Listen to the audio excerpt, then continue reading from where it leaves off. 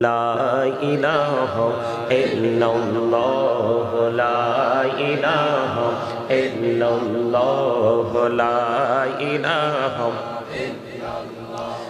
لا إله إلا الله لا إله إلا الله হেরে কত সুন্দর মদিনা কেমনে যাব জানি না হেরে কত সুন্দর মদিনা কেমনে যাব জানি না হেরে দয়া করো দয়াল আল্লাহ দয়া করো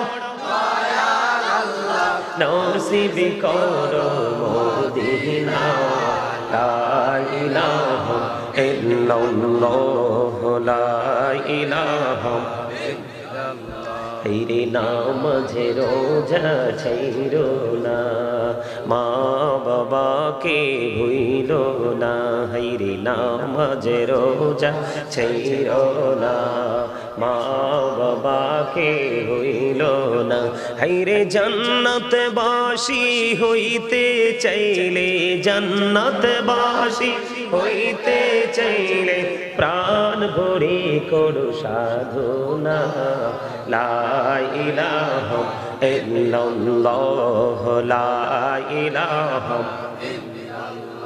লা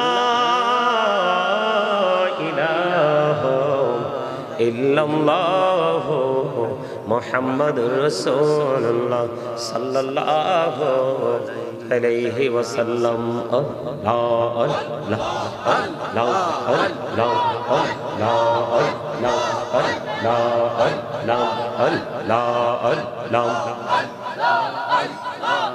মহব্বতে Allah Allah Allah Allah Allah Allah Ahuri nago doyan koriyo na por তোমার প্রেমের আলোয় ভরে তোমার প্রেমের আলোয় ভরে দাও গো মনের ঘর দাও Allah Allah Allah Allah Allah Allah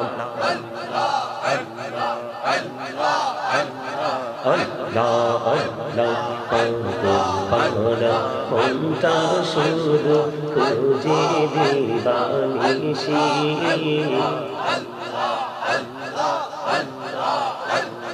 পাগল পাড়া মনটা শুধু খুঁজে দিবানিশি কেমন করে বলবো গো দয়াল কেমন করে বলবো গো দয়াল তোমায় ভালোবাসি আল্লাহ আল্লাহ আল্লাহ আল্লাহ আল্লাহ আল্লাহ করে নাও গো দয়াল করিও না তোমার প্রেমের আলোয় ভরে তোমার প্রেমের আলোয় ভরে দাও গো মনের ঘর আল্লাহ আল্লাহ আল্লাহ আল্লাহ এই নামেতে এত মধু এই নামেতে এত মধু জাহানিনি তো আগের দয়াল জাহানিনি তো আগে যতই জপি নামটি তোমার যতই জপি নামটি তোমার তহু তুই মধুর লাগে রে দয়াল তহু তুই মধুর লাগে আল্লাহুম্মা সাল্লি আলা মাওলানা মুহাম্মদ ওয়া আলা আলিহি মহব্বতে মাওলানা মুহাম্মদ উড়ে যারে বাংলার হাওয়া যাওরে সোনার মদিনা উড়ে যারে রাতের হাওয়া যারে সোনার মদিনা এই মজলিসের সালাম খানি পৌঁছে দিও নবীজির পাখের আওয়াজ আল্লাহুম্মা সাল্লি আলা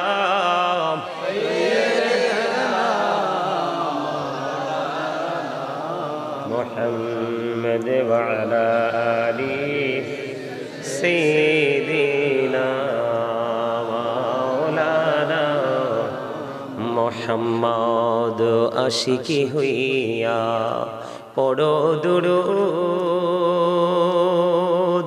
মাশুক তোমার মদিনায় আশিকি হইয়া পড়িলি দুরূদ যাইবা সোনার মদিনায় আল্লাহুম্মা সাল্লি আলা মুহাম্মাদে মুহাম্মদ ওয়া আলা আলি সাইয়্যিদিনা মাওলানা মুহাম্মদ নবীর প্রেম ছেড়ে মানুষ ও তোমরা কোথায় আছো বুঝি না তোমার মায়ায় কাঁদছে নবীজি শুয়ে সোনার মদিনায় আল্লাহুম্মা সাল্লি আলা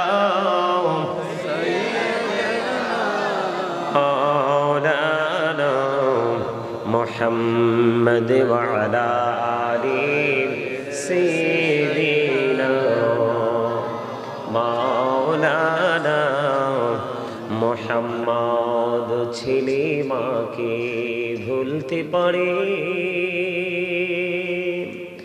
মা তো ছেলেকে ভুলে না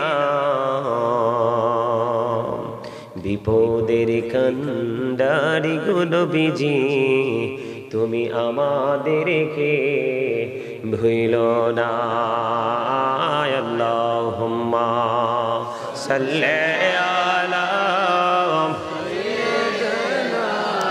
মাওলানা মুহাম্মদ ওয়া আলা আলি সাইয়্যিদিনা মাওলানা মুহাম্মদ লা ইলাহা ইল্লাল্লাহ লা ইলাহা ইল্লাল্লাহ লা ইলাহা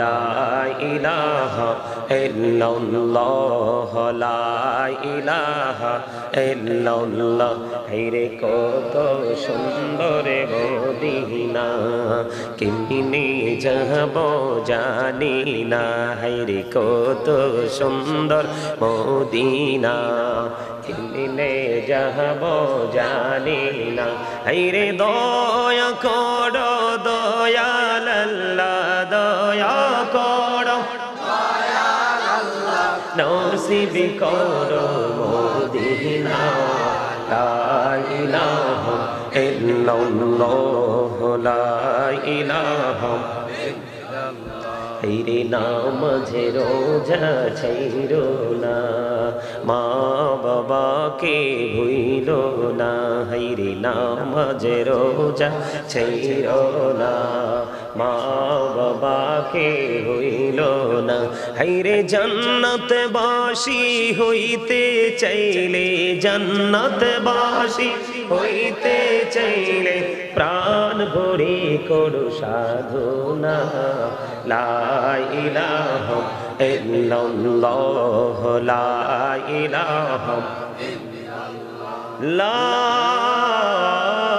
ইলাহা ইল্লাল্লাহু মুহাম্মাদুর রাসূলুল্লাহ সাল্লাল্লাহু আলাইহি ওয়াসাল্লাম। আল্লাহ আল্লাহ আল্লাহ আল্লাহ আল্লাহ আল্লাহ আল্লাহ মহব্বতে আল্লাহ আল্লাহ আল্লাহ আল্লাহ আল্লাহ আল্লাহ পুরি নগো দয়াল করিও না পর তোমার প্রেমের আলোই ভরে তোমার প্রেমের আলোই ভরে দাও গো মনের ঘর দাও আল্লাহ আল্লাহ আল্লাহ আল্লাহ আল্লাহ আল্লাহ আল্লাহ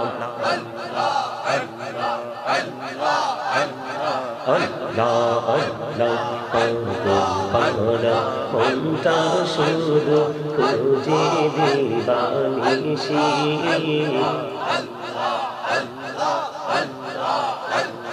পাগল পাড়া মনটা শুধু খুঁজে দিবানিশি কেমন করে বলবো গো দয়াল কেমন করে বলবো গো দয়াল তোমায় ভালোবাসি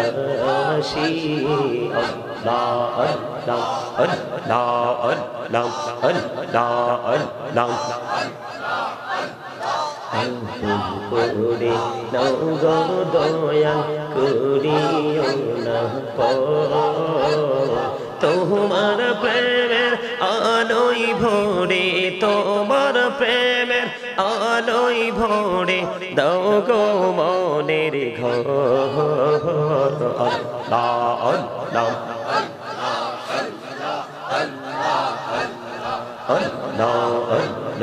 এই নামেতে এত মধু এই নামেতে এত মধু জাহানিনি তো আগের দয়াল জাহানিনি তো আগে যতই জপি নামটি তোমার যতই জপি নামটি তোমার তহু তুই মধুর লাগে রে দয়াল তহু তুই মধুর লাগে আল্লাহ আল্লাহ আল্লাহ আল্লাহ আল্লাহ আল্লাহ আল্লাহ জীবন বড়িয়া করসির গুনা জীবন বড়িয়া করসির গুনা ক্ষমা করে দাও রে দয়াল ক্ষমা করে দাও আইরে গোনা গলেম ক্ষমা করিয়া গোনা গলেম ক্ষমা করিয়া কবুল করে নাও রে দয়াল কবুল করে নাও আল্লাহ আল্লাহ লা ইলাহা ইল্লাল্লাহ মুহাম্মাদুর রাসূলুল্লাহ সাল্লাল্লাহু আলাইহি ওয়াসাল্লাম।